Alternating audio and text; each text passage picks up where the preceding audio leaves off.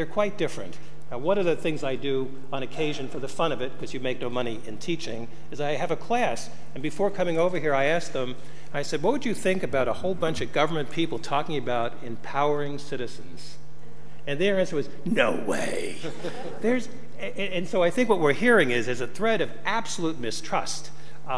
Why would we want to do this? If we think that we are, by being quote unquote more transparent, and therefore giving the citizens more power, that is probably true. But we also have said that by giving them more power, we become less powerful. They don't believe that for a second. If transparency works, the governments are going to be far more powerful than ever before. So we've got to weave a very careful path that brings the citizens together. And don't forget, in the United States, we have a 200-year history of mutual distrust of three branches of government in which we play one off of the other: the judicial branch, the legislative branch, the executive branch. And we have come to accept representative government.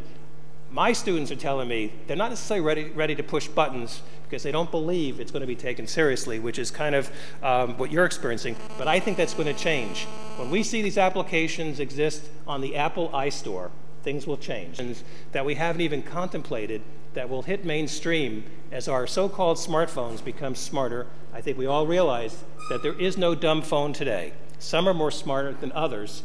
And I think the fourth generation, where broadband comes in the other part of this strand, is going to make so many more things possible in a mobile environment. Now, Hugo was kind enough to mention a book. Silviana and I have worked on a couple of projects.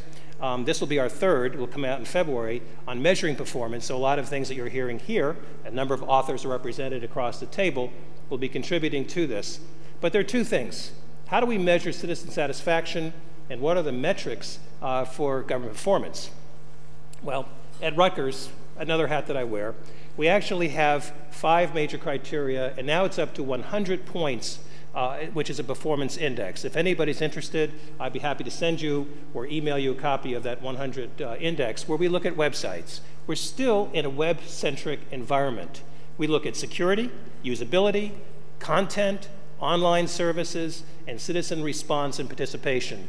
And there are many questions within each field, so we can get a sense of governments throughout the world in terms of how they are portraying themselves to the public. That is a mirror to the world. This is the external face of government. We're about to add, I believe, a 6th one, which is getting into the mobile environment and looking at things that one might find in terms of making sure that if you have a world-class website that is designed for a PC or laptop, you're going to have one designed for a PDA.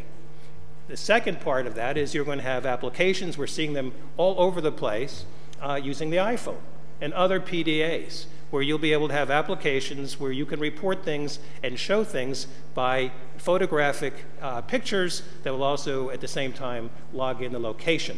We have that in New York City, where you can see a pothole, press a button, and it records your GPS coordinates and tells the city where the problem is, whether it's a police action, whether it's something in terms of infrastructure that needs repairing.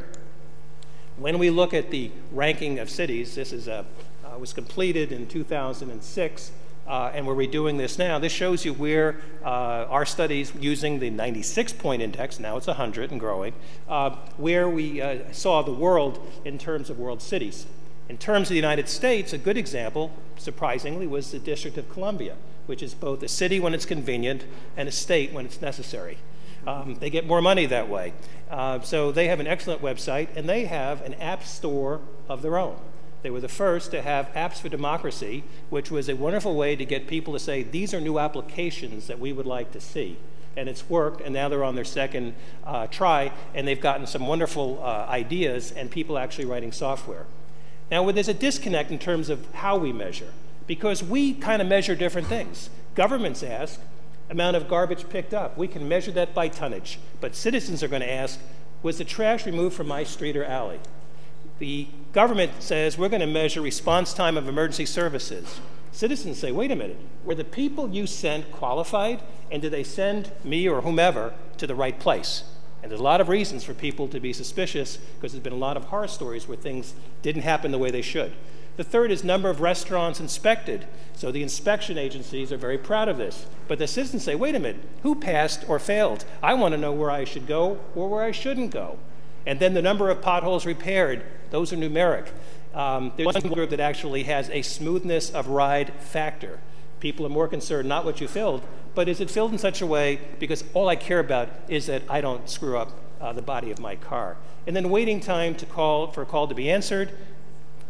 All I want to know is, what were the results? I'm willing to wait, but I want to make sure that once I get through, I want to make sure that there are results. The same thing is true with email response time. So we've got a lot to do here in terms of measuring. It's important because many people have good ideas, and they're good to you, they're good to a whole group of people. How far does that good idea spread in terms of people's perception? That's one of the things that we're wrestling with, and that's what I was asked to speak about today. How was that? Thank you, Alan.